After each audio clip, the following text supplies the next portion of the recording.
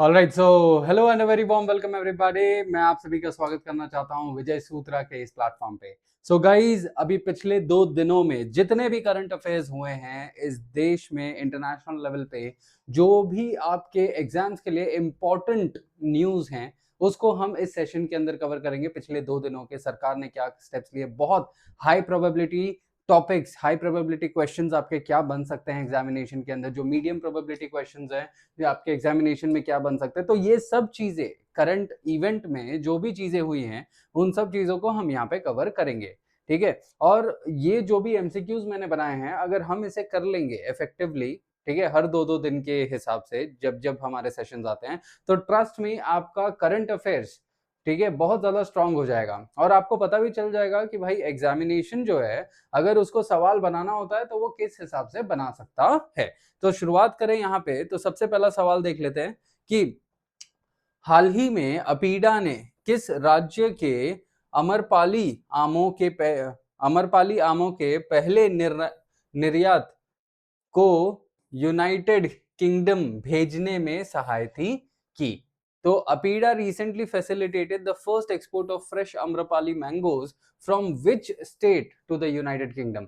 तो अम्रपाली मैंगोज अब यहाँ पे कहाँ पे उगते हैं? क्या वो बिहार में उगते हैं क्या? नहीं, झारखंड, उड़ीसा या छत्तीसगढ़। तो यहाँ पर उत्तर आपका हो जाएगा क्या? झारखंड, ठीक है। तो झारखंड से अब अपीडा क्या है? ये एग्रीकल्चरल प्रोडक्ट्स का जो एक संस्था है, जो भारत सरकार का एक संस्था है अपीडा, जो एग्रीकल्चरल प्रोडक्ट से संबंधित रखता है। अब इसी ने ही सबसे पहला, ये याद रखना कि ये भारत का सबसे पहला कमर्शियल एक्सपोर्ट किया गया है, ठीक है, अपीडा द्वारा। That is 1.5 metric ton of Amrapali mango from Jharkhand to the United Kingdom. अब सबसे महत्वपूर्ण इंपॉर्टेंट है, मैंने आपको क्या बोला, अपीडा एक एग्रीकल्चरल कृषि संस्थान है, ठीक है, लेकिन वो क्योंकि ट्रेड से संबंधित रखता है, एग्रीकल्चरल प्रोडक्ट्स के ट्रेड से संबंधित रखता है, तो वो किसके अंदर आ जाता है? कौन से संस्था के अंदर?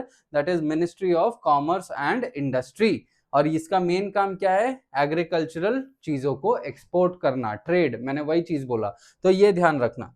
इसका अगला जब अपने बात करें, द नेक्स्ट क्वेश्चन, कौन सा ऐसा प्लेटफॉर्म है जिसने अभी अभी सिल्वर अवार्ड जीता है, national awards for e governance 2026। अब जो एग्जामिनेशंस होते हैं ना, ये जनरली ऐसे जो भी सरकार ने या जो भी रिसेंट लेवल पे ऐसे इनिशिएटिव्स लाए गए हैं, जैसे आपने ये उमंग के बारे में, डिजी लॉकर के बारे में सुना ही है। आपके जो डॉक्यूमेंट्स होते हैं वो डिजी लॉकर के अंदर आप स्टोर कर सकते हो, ठीक है। उमंग आप ले लो, ये भी वही है। तो इनमें से किसको सबसे अवार्ड दिया गया है? दैट इज सिल्वर अवार्ड, ये याद रखना। तो वो डिजी लॉकर को नहीं दिया गया है, वो उमंग को नहीं दिया गया है, वो ई समाधान को नहीं दिया गया है, लेकिन वो ई जागृति को दिया गया है। तो ई समाधान जो है, जो भी, ठीक है, जो भी दिक्कतें होती हैं उसका समाधान लाने का इस पर्टिकुलर पोर्टल पे काम होता है, दैट इज ई समाधान। तो ई जागृति को फिलहाल ये अवार्ड मिला, और ये इसको अवार्ड कब मिला?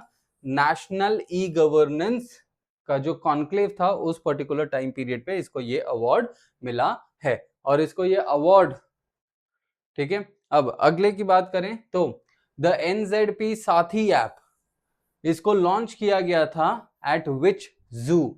मैसूरू जू, नंदकनन जू, देन नेशनल जूलॉजिकल पार्क, और the new Delhi national zoological park, और यू कैन से द अरीनगर अन्ना जू। तो कौन से जू में इसको लॉन्च किया गया? तो यहाँ पर आपको ये चीज पता होनी चाहिए थी। तो ये एक ऐप है जिसको स्टार्ट किया गया है कहाँ पे? National zoological park at New Delhi. अगर हम इस पर्टिकुलर ऐप की बात करें, तो ये ऐप क्या करता है ना साथियों, कि अगर मान लो कभी भी आप जू जाते हो, और अगर आपको वो जू के अंदर गाइड की आवश्यकता है बताने के लिए कि भाई ये एनिमल, देन आपको यहाँ से जाना है, ये एनिमल क्या है, कौन सा है, वो सब details. So it is like जैसे आप कोई ट्रिप पे जाते हो तो आपको टूर गाइड मिलता है ना, वैसे ही यहाँ पर ये वाला जो ऐप है ना, ये आपको मदद करता है इन अंडरस्टैंडिंग द जू। सो यहीं से आप देख लो ना, नेशनल जूलॉजिकल पार्क साथी ऐप, मतलब ये जू के टाइम पीरियड पे आपका साथी का जैसा काम करेगा। तो ये एक डिजिटल जू गाइड है जो विजिटर के एक्सपीरियंस को बहुत उम्दा बनाएगा through smart navigation and digital services. ये याद रखना है आपको। इसको कहां पर लॉन्च किया गया है? At the national zoological park, New Delhi. अगला जो है, West Bengal is set to become, कौन मतलब पश्चिम बंगाल आयुष्मान भारत प्रधानमंत्री जन आरोग्य योजना लागू करने वाला कौन सा राज्य प्रदेश बनेगा? ठीक है, मतलब ये कौन सावा राज्य बनेगा जो प्रधानमंत्री आयुष जन आरोग्य योजना के तहत आयुष्मान भारत को इंप्लीमेंट करेगा, उसका अमलीकरण करेगा। तो वो 34th स्टेट नहीं बनेगा, 35th नहीं बनेगा, 37th नहीं बनेगा, लेकिन 36th अभी बनने वाला है। ये याद रखना, अभी तक बना नहीं है लेकिन अभी निर्णय लिया जा चुका है। तो जैसे ही वो एक्सेप्टेंस ले लेगा वैसे ही ये बन जाएगा। तो प्रधानमंत्री जन आरोग्य योजना जो है, ये आपको पता है कि ये भारत का एक हेल्थ स्कीम है। ठीक है, भारत के द्वारा हेल्थ स्कीम है। ठीक है, अब जब भी अपने स्टेट्स की बात करते हैं तो आज के टाइम पीरियड में भारत में जो है लगभग 28 स्टेट्स हैं in total and 8 union territory हैं। अगर आपको याद रहेगा, जम्मू एंड कश्मीर जो है वो अब एक यूनियन टेरिटरी बन चुका है। ठीक है, 2000 द कॉन्स्टिट्यूशनल अमेंडमेंट एक्ट के तहत। अब अगला जो है, अगला सवाल, ये सब हाई प्रोबेबिलिटी टॉपिक्स हैं। हाँ गाइस, ये सब हाई प्रोबेबिलिटी टॉपिक्स हैं। Who became the first Indian to win the Norway chess title? बहुत ही इंपॉर्टेंट है आपके एग्जामिनेशन के लिए। तो क्या वो डी गुकेश है? अभी रिसेंट न्यूज में, ठीक है, कल परसों के ही रिसेंट न्यूज में। तो डी गुकेश हैं, विश्वनाथन आनंद है, इनको तो पहले ही हो चुका है, अर्जुन एरिगाइसी हैं एंड आर प्रगनंदा हैं।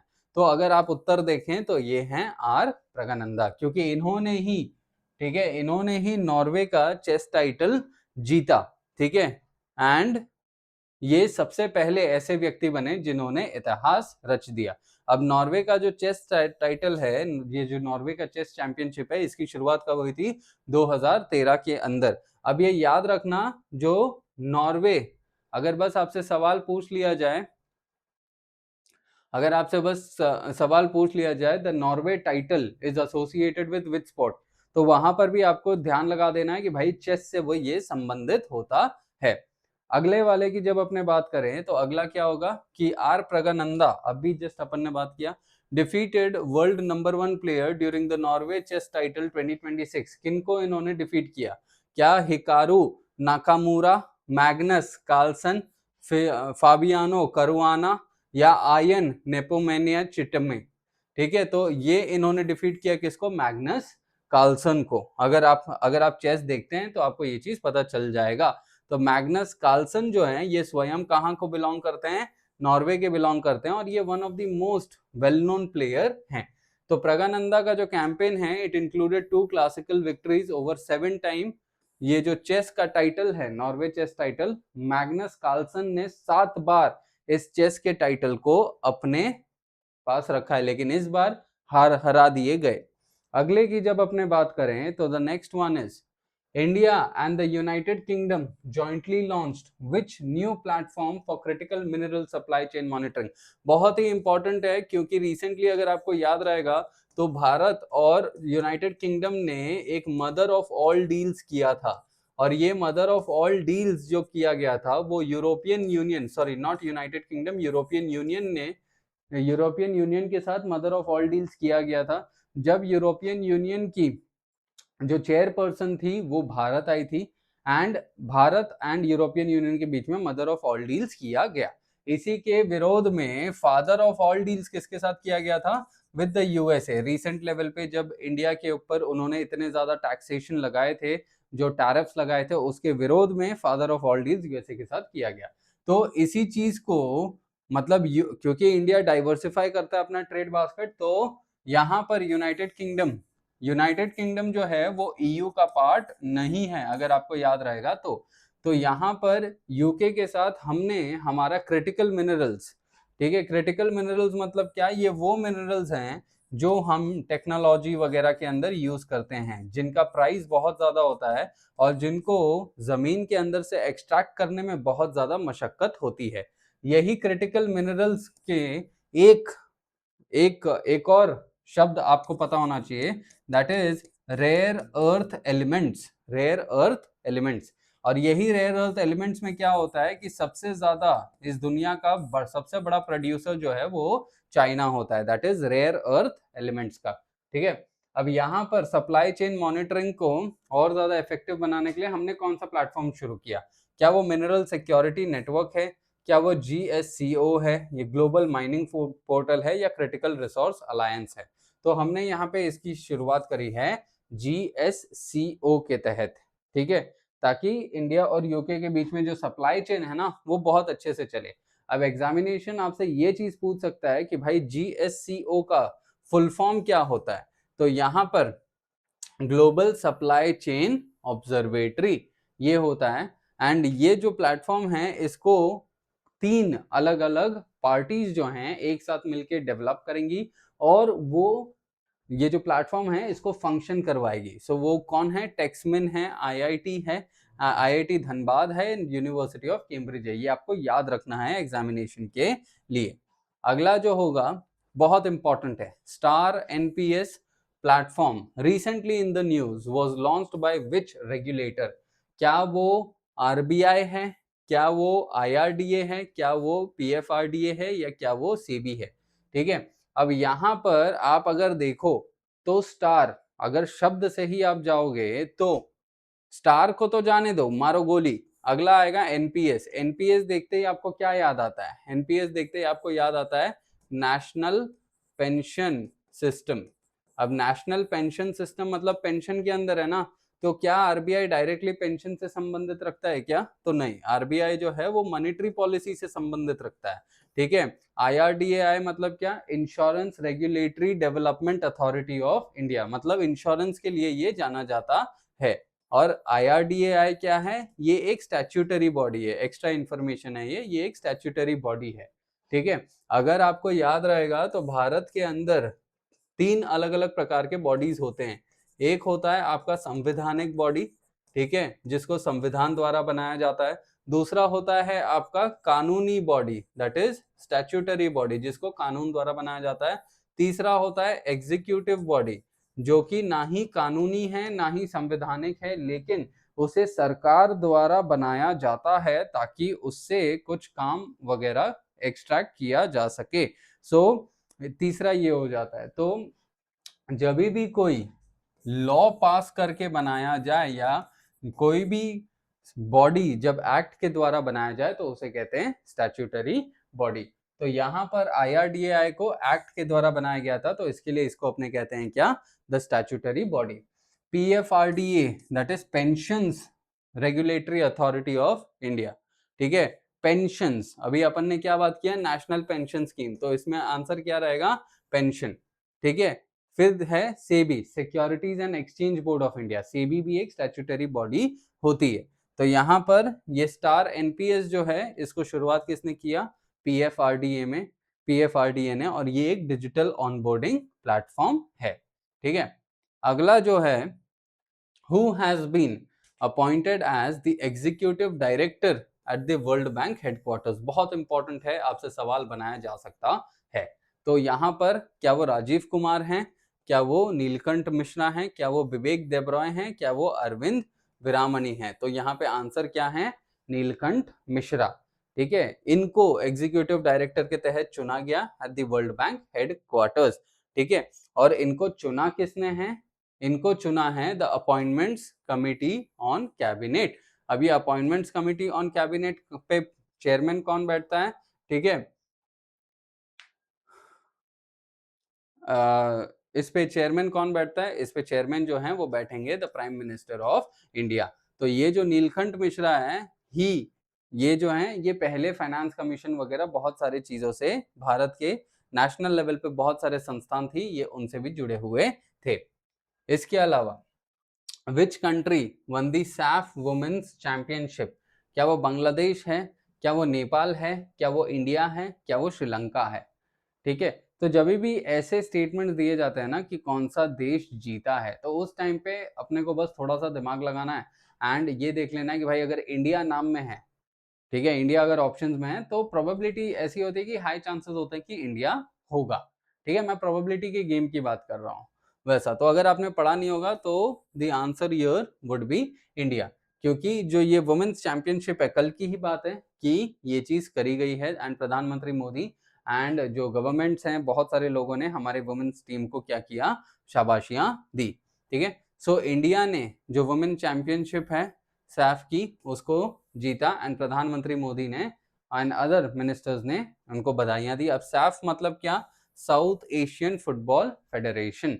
ठीक है, तो ये बहुत ज्यादा प्रख्यात एंड बहुत इंपॉर्टेंट बात है कि भारत की महिला की टीम ने क्या किया है यहाँ पर, फुटबॉल जो भारत के अंदर इतना ज्यादा प्रमोट नहीं किया जाता था पहले महिलाओं के संदर्भ में, आज महिलाएं भारत को इतना गर्वित कर रही हैं। महिलाएं जो हैं टूर्नामेंट जीत रही हैं, मतलब भारत का नाम कितने आसमानों ऊंचाइयों पे छुआ रही हैं। सो that is the importance here. ठीक है, तो ऐसे सवाल आपके एग्जामिनेशन में बनेंगे जरूर। ठीक है, तो वो चीज का अपने को ध्यान रखना है। अगला जो हो जाएगा यहाँ पर मीडियम प्रोबेबिलिटी। अब मीडियम प्रोबेबिलिटी मतलब ये नहीं है कि भाई ये पूछा ही नहीं जाएगा, पूछा जाएगा, ये भी इंपॉर्टेंट है, लेकिन जो चांसेस होते हैं ना इसके पूछे जाने के, वो थोड़े कम हो जाते हैं। लेकिन पढ़ना तो अपने को ये भी है। ठीक है, अपने को पढ़ना तो ये भी है। ठीक है, so that is going to be there. अब यहाँ पर सबसे पहले अब अगर अपनी शुरुआत करें तो यहाँ पे अपने क्या समझ सकते हैं, that major Abhilasha Barak received which international honour. तो क्या उन्हें यूएन का पीस मेडल मिला, यूएन का military gender advocate of the year award मिला, यूएन का सर्विस एक्सीलेंस अवार्ड मिला, या यूएन का वुमेन लीडरशिप अवार्ड मिला? ठीक है, इन सब में से कौन सा इनको मिला है? तो यहाँ पर अगर अपने देखें तो इनको मिला है क्या, यूएन का military gender advocate of the year award. अगर आपको याद रहेगा तो पिछले सेशंस में अपन ने क्या किया था, we had also spoken about the particular UNFPILL, that is Lebanon के अंदर जो यूएन के मिशंस होते हैं उन सब के ऊपर अपन ने उस टाइम पे बात करी थी।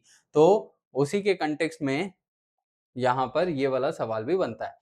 तो ये आपने याद रखना है कि मेजर अभिलाषा बारक, इनको ये पर्टिकुलर अवार्ड दिया गया ताकि जो उन्होंने कॉन्ट्रीब्यूशंस करा है यूएन पीस कीपिंग मिशंस के अंदर, उसके तहत ये चीज दिया गया और भारत के लोगों ने इनकी बहुत ज्यादा तारीफ करी हुई है। ठीक है, she serves with the United Nations interim force, वही चीज मैंने बोला, UNIF इन लेबनान। ठीक है, UNIF इन लेबनान। तो इनका कंट्रीब्यूशन ये है। अगले सवाल की तरफ बढ़ें तो the national workshop on sea food exports was held in which city? So यहाँ पर the national workshop on sea food exports was held in which city? क्या वो कोची है, क्या वो विशाखापट्टनम है, क्या वो चेन्नई है, या क्या वो मंगलुरु है? अब यहाँ पर अगर आप सी फूड के तहत अगर आप इसको देखोगे तो सी फूड जो है, अगर सबसे ज्यादा important area of the seafood अगर अपने बात करें तो वो कहाँ पर होता है? अगर बाकी के एरियाज अगर आप देखें, ठीक है, तो मेजोरिटी बच्चे जो हैं इस टाइम पे क्या क्लिक करेंगे, इस टाइम पे वो करेंगे चेन्नई को, क्योंकि चेन्नई भी एक कोस्टल एरिया है एंड यहीं से वो कोरिलेट करेंगे। बट ये सी फूड एक्सपोर्ट, ठीक है, ये कहां पर कंडक्ट किया गया था? विशाखापट्टनम में। अब देखो मंगलुरु तो अंदर है, Mangaluru is not on the coast, ठीक है, तो वो अंदर है तो यहीं से एलिमिनेट हो जाएगा। बाकी तीन बहुत टफ ऑप्शंस थे, तो यहाँ पर इसको कंडक्ट कहाँ गया था? विशाखापट्टनम में। ठीक है, सी फूड एक्सपोर्ट। ओके, ये याद रखना कि भारत का जो सी फूड एक्सपोर्ट है वो जनरली 1 लाख करोड़ से ज्यादा का हम एक्सपोर्ट करते हैं। तो ये डेटा वैसे इतना इंपॉर्टेंट है नहीं, लेकिन तो भी अपन क्या करेंगे, तो भी यहाँ पे क्या होता है कि जो एग्जामिनेशन, अगर स्टेटमेंट में कभी एग्जामिनेशन में सवाल पूछ लिया तो आपके पास ऑप्शन होना चाहिए, नॉलेज होना चाहिए उस टाइम पे सिलेक्ट करने के लिए। बहुत इंपॉर्टेंट ये वाला सवाल, बहुत ज्यादा इंपॉर्टेंट है। ठीक है, LPMS recently in the news, इसका फुल फॉर्म क्या है? Logistics port monitoring system, land port management system, land passenger monitoring system, या लॉजिस्टिक्स प्रोसेसिंग मैनेजमेंट सिस्टम? अब यहाँ पे LPMS, अब यहाँ पे कभी भी आप देखोगे ना तो सबसे वेग वाले, सबसे खराब वाले ऑप्शन जो आपको कोई सेंस नहीं लगे ना, उसको सबसे पहले कट कर देने का। अब इसमें जो सबसे जो सेंस नहीं लग रहे ऑप्शंस वो कौन से हैं? दैट इज लैंड पैसेंजर, जमीन के पैसेंजर को मॉनिटर करना, भाई क्या है ये, मतलब मजाक थोड़ी चल रहा है, तो इसको हटा दो। देन लॉजिस्टिक्स प्रोसेसिंग, क्या लॉजिस्टिक्स को प्रोसेस किया जाता है कि ट्रांसपोर्ट किया जाता है? ठीक है, प्रोसेस तो खाने को किया जाता है ना, मतलब ब्रेड को प्रोसेस किया जाता है, या ऐसे अगर कोई वेजिटेबल्स है उनको प्रोसेस करके फास्ट फूड बनाया जाता है, तो दैट इज प्रोसेसिंग। तो लॉजिस्टिक्स प्रोसेसिंग थोड़ी बनेगा, तो इसको हटा दो। लॉजिस्टिक्स पोर्ट मॉनिटरिंग सिस्टम, अब शायद ये चीज हो सकता था। ठीक है, तो एट द एंड अगर मैं ऑप्शन बोलूं तो इसका उत्तर जो रहेगा that is going to be the land port management system. ठीक है, अब रिसेंटली इसको लॉन्च किसने किया है? The union minister, that is home minister ने, दैट इज अमित शाह ने। ठीक है, इन्होंने इसको लॉन्च किया है। एंड एक याद रखना कि जो भी पोर्ट्स होते हैं, ठीक है, आपको याद रहेगा कि भारत के अंदर there are two types of ports. एक तो हो जाएगा आपका मेजर पोर्ट और दूसरा हो जाएगा आपका माइनर पोर्ट। अब major port and minor port की जब अपने बात करते हैं तो यहाँ पे क्या हो जाता है कि जो मेजर पोर्ट होता है ना, उसको आज के टाइम में लैंड पोर्ट मैनेजमेंट सिस्टम के तहत किया जाता है। मतलब पोर्ट्स को मैनेज करने के ये अलग अलग तरीके होते हैं। मेजर पोर्ट्स जो हैं जनरली सेंट्रल गवर्नमेंट मैनेज करती है, एंड जो छोटे छोटे माइनर पोर्ट होते हैं उसको स्टेट गवर्नमेंट मैनेज करती है, ये याद रखना। भारत के पास टोटल 12 मेजर पोर्ट है, लेकिन अभी रिसेंटली 13वां जो मेजर पोर्ट है ना, मतलब बड़ा पोर्ट, वो अभी बन के तैयार हो रहा है, तो मतलब उसका हो जाएगा कि 13 पोर्ट अपने पास टोटल है। अगला जो है, प्रधानमंत्री उज्ज्वला योजना के तहत जो बेनिफिशियरी है वो उसको receives a subsidy of rupees 300 on how many LPG refills annually। मतलब जो प्रधानमंत्री PMUY के तहत लाभार्थियों को प्रत्येक वर्ष कितने LPG रिफिल पर 300 रुपए की सब्सिडी जो है ना, 300 रुपए की सब्सिडी वो मिलती है। तो यहाँ पर आपको इसका उत्तर जो है ना पता होना चाहिए, क्योंकि भारत के अंदर एलपीजी को बहुत ज्यादा प्रमोट किया गया है प्रधानमंत्री उज्ज्वला योजना के तहत। तो यहाँ पर उत्तर क्या हो जाएगा? 2 नहीं होगा, 3 नहीं होगा, 6 नहीं होगा, उत्तर क्या होगा? 4 होगा। ठीक है, so that is what we understand. So Pradhan Mantri Ujjwala योजना के तहत 300 रुपए की सब्सिडी दी जाती है पहले 4 एलपीजी रिफिल्स ईच ईयर पे, उसके बाद आपको पूरा प्राइस भरना पड़ता है। अगला जो है, Who led the nationwide World Bicycle Celebrations in India? कौन से ऐसे मंत्री थे? क्या वो पीयूष गोयल हैं, क्या वो किरण रिजिजू हैं, क्या वो जी किशन रेड्डी हैं, या वो मनसुख मांडविया हैं? तो उत्तर आ जाएगा मनसुख मांडविया। एंड इन्होंने विक्रांत मस्सी जो एक्टर हैं उनके साथ मिलके वर्ल्ड बाईसाइकिल डे को प्रमोट करने का प्रयास किया। वर्ल्ड बाईसाइकिल डे मतलब क्या? क्योंकि देखिए ट्रांसपोर्टेशन जो है वो एक मेजर मसला है फॉर पॉल्यूशन। ठीक है, तो वही लोगों के अंदर अवेयरनेस लाने के लिए बाईसाइकिल डे को यहाँ पे किया गया। ठीक है, तो ये चीज याद रखिएगा आप लोग। ठीक है, तो ये हो गया, और ये कब सेलिब्रेट किया गया था? 3 जून को। अगला जो हो जाएगा कि अब यहाँ पे देखिए ये पिछले 2-3 दिन के ये वाले जो शायद इतने ज्यादा मेंशन नहीं किए गए हैं अलग अलग जगहों पे, इसके लिए मैंने ये वाले एमसीक्यूज भी बनाए ताकि आपको इससे क्या मिले? फायदा मिले, कि आपके नजरों से ये स्किप नहीं होना चाहिए, समझे? तो that is one of the major reasons कि हम यहाँ पर ये चीज कर रहे हैं। ठीक है, ठीक है, तो देन फिर इसके बाद अगर अपने यहाँ पे आगे बढ़े तो कौन सा ऐसा शहर है जिसने विश्व का सबसे पहला योगासना चैंपियनशिप 2026 को इनॉग्रेट किया? ठीक है, and it was inaugurated by prime minister Narendra Modi. तो कहाँ पर ऐसा इनॉग्रेशन किया गया है?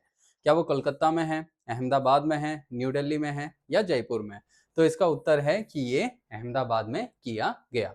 अब आपने देखा रहेगा कि भाई पिछले कुछ दिनों में जो योगा के संबंधित चीजें है ना वो बहुत ज्यादा इंपॉर्टेंट है। जैसे 21 जून जो है इसको इंटरनेशनल योगा डे कहा जाता है। इसके अलावा कहाँ पर जो मिनिस्ट्री ऑफ आयुष है उसका क्या रोल प्ले है यहाँ पे योगा के अंदर, तो ये सब चीजें जो है ना ये बहुत अनिवार्य है आपको जानना। तो अहमदाबाद के अंदर ये चीज को शुरुआत किया गया था। अब योगा को अगर आप देखें तो ये भारत का यूनेस्को जो cultural heritage site list, cultural heritage के लिस्ट के अंदर भी पाया जाता है। एंड इसी वजह से जो इंटरनेशनल योगा डे है हम उसे भी सेलिब्रेट करते हैं यहाँ पे। अगला जो है, कौन सा ऐसा कंपनी है जिसने fair water AI data centre को लॉन्च किया है एट विस्कॉन्सिन, विस्कॉन्सिन मतलब यूएसए, ठीक है, featuring an innovative closed loop cooling system to promote sustainable AI architecture। Sustain मतलब क्या हो गया इसका, कि आपको पता है कि जो भी एआई के डेटा सेंटर्स होते हैं, यहाँ पे डेटा स्टोर करने में ये लोग बहुत ज्यादा हीट अप हो जाते हैं, जिसके वजह से एनवायरमेंटल लेवल पे ये बहुत खराब चीज होती है। तो इसके वजह से एक नया चीज की शुरुआत करी गई, और वो चीज था fair water AI data centre. तो इसकी शुरुआत किसने करी है? क्या वो माइक्रोसॉफ्ट है, गूगल है, अमेजॉन है, या आईबीएम है? तो इसका उत्तर आपका हो जाएगा कि ये माइक्रोसॉफ्ट है जिसने ये चीज की शुरुआत करी है। कहां पर? विस्कॉन्सिन के अंदर, ठीक है, दैट इज, ठीक है। तो ये कहां पे है? Mount Pleasant, Wisconsin, as a part of its efforts to develop a sustainable artificial intelligence infrastructure. अब ये फैसिलिटी जो है लगभग 315 एकड़ में बनाई गई है, और इसको बनाया किसने है? माइक्रोसॉफ्ट ने बनाया है। तो बस इतने चीजें याद रखिए, इतना ज्यादा जानने की आवश्यकता नहीं है इसमें। अगला जो सवाल आपका बनेगा कि भाई कौन सा ऐसा देश है जो लेटेस्ट देश बना where Indian travelers can use UPI enabled application for QR based payments through partnership between NPCI and Alsida Bank।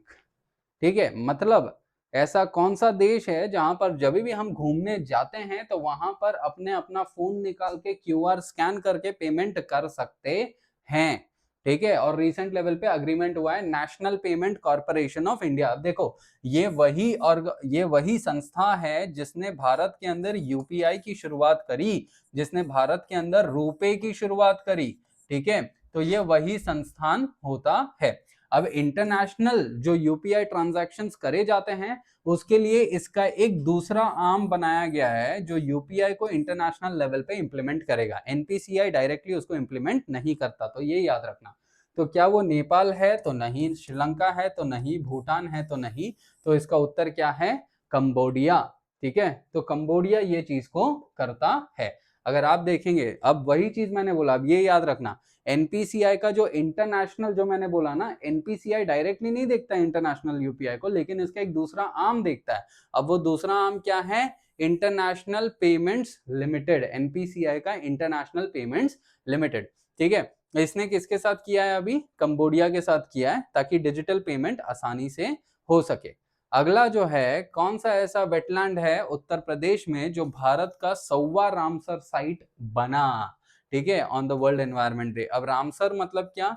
ये एक सिटी था ईरान के अंदर, ठीक है। 1971 में यहीं पर क्या किया गया, जो वेटलैंड्स को, ठीक है, वेटलैंड को प्रोटेक्ट करने के लिए रामसर कन्वेंशन की रामसर कन्वेंशन को साइन किया गया। अब इस रामसर कन्वेंशन के तहत वेटलैंड्स को प्रिजर्व किया जाता है, ठीक है। अब आप बोलेंगे वेटलैंड मतलब क्या? तो 3 मीटर से नीचे वाला जो पानी का स्तर होता है उसको अपने वेटलैंड कहते हैं।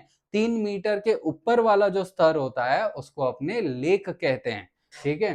तो ये चीज हो गया। अब यहाँ पर रामसर का कौन सा ऐसा साइट था? तो क्या वो शिखा झील बर्ड सैंक्चुरी है, पटना बर्ड सैंक्चुरी है, छरीधंड है, या जयप्रकाश नारायण बर्ड सैंक्चुरी है? अगर आप यूपी के बारे में जानेंगे तो एक नाम अगर चारों ऑप्शन में आपको सबसे ज्यादा कोरिलेट करेगा तो वो जयप्रकाश नारायण है, जेपी, ठीक है, जिनको प्यार से कहा जाता था जेपी नारायण। तो इसका उत्तर भी हो जाएगा जयप्रकाश नारायण, ठीक है। तो यहां पर मैंने लिखा हुआ है, आप इसको बाद में पढ़ भी सकते हैं। अगला जो है, अब यहां पे आते हैं स्टेट लेवल जीके, ठीक है। मतलब स्टैटिक लेवल पे जो स्टेट है वो स्टेट का क्या इंपॉर्टेंट चीजें हैं जिसको आपको जानना चाहिए, ताकि परीक्षा में उस स्टेट के हिसाब से कौन से सवाल आपके बन सकते हैं। तो सबसे पहला, आज पिछले लेवल पे अपन ने गुजरात वगैरह के बारे में देखा हुआ है, तो आज अपन देखेंगे क्या? आंध्र प्रदेश के बारे में। तो भाई आंध्र प्रदेश की प्रमुख राजभाषा कौन सी होती है? क्या वो कन्नड़ है, क्या वो तेलुगु है, क्या वो तमिल है, क्या वो उड़िया है? तो उड़िया तो ओडिशा में बोली जाएगी ना, तमिल तो तमिलनाडु में बोली जाएगी, कन्नड़ तो कर्नाटका में बोली जाएगी, तो उत्तर क्या होगा? तेलुगु। ठीक है, तो इस तरीके से है। अगले की जब अपने, अब देखो यहां पर एक और चीज है कि भारत के अंदर, ठीक है, क्लासिकल लैंग्वेज का स्टेटस, ठीक है, उनमें से एक जो है वो तेलुगु है। आज के टाइम में टोटल 11 लैंग्वेजेस हैं जिसको क्लासिकल लैंग्वेज का स्टेटस दिया गया है। पहले सिर्फ और सिर्फ 6 लैंग्वेजेस ही थे जिसको क्लासिकल लैंग्वेज का स्टेटस दिया गया था, लेकिन आज के टाइम में 11 ऐसे भाषाएं हैं भारत के अंदर। ठीक है, अगला जो है आंध्रा जो स्टेट है, स्वतंत्र भारत का पहला भाषाई राज्य आंध्रा राज्य किस तिथि को बना था? क्या वो 26 जनवरी 1950 में बना, 1 नवंबर 1956 में बना, 1 अक्टूबर 1953 में बना, या 15 अगस्त 1947 में बना? ठीक है, तो अगर आपको याद रहेगा तो मैंने आपको पहले भी बोला है कि भाई भारत के लिंग्विस्टिक स्टेट्स की बात करें तो जब भारत आजाद हुआ 1947 में 15 अगस्त, उसके बाद भारत के अंदर 4 प्रकार के कैटेगरीज थे। दैट इज, जो प्रोविंसेस थे 4 कैटेगरी के अंदर डिवाइडेड थे, category A, B, C, D. अब कैटेगरी ए के अंदर जो होता था ना, जो भी प्रोविंसेस थे उसको अपने कहते थे गवर्नर प्रोविंसेस।